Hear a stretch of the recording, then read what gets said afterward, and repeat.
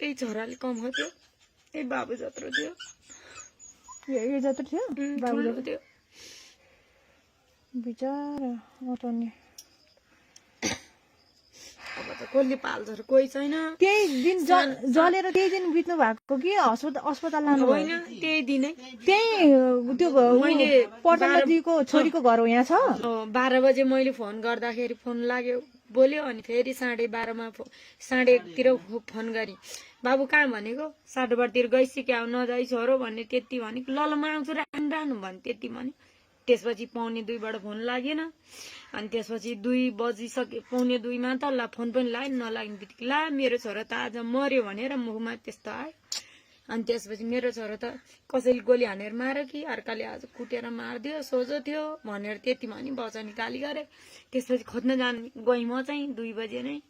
खोज्न जाँदा पर्जन निवासको पर्जने घर उता गएँ यो घरको तल अर्को घर आगो लाएर छ त्योमा गएँ 7:30बाट गएँ सबैतिर गएँ 5 बजे आमाको मन खोजे 5:30 बजेतिर खोज्दै अनि यो घरमा चाहिँ मान्छे एउटा पर्या छ भने अरूले अनि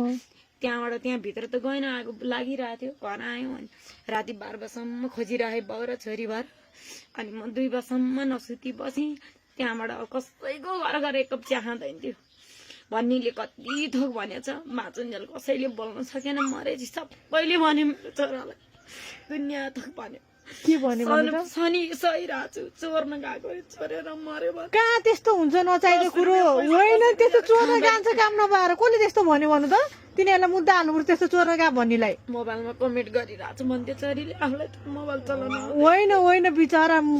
बितेर जानु भएको मान्छेलाई कस्तो चोर्न गएको भने सक्यो होला अघिल्लो दिनको त्यो भन्ने मान्छेहरूको कसैले भन्यो भने मलाई गर्न गएको थियो अघिल्लो दिनको जुलुसमा पनि काम गर्न गएको काम गरेरै आएको भोलिपल्ट मात्रै ऊ त्यो माथिको मान्छे एकजनासँग गएको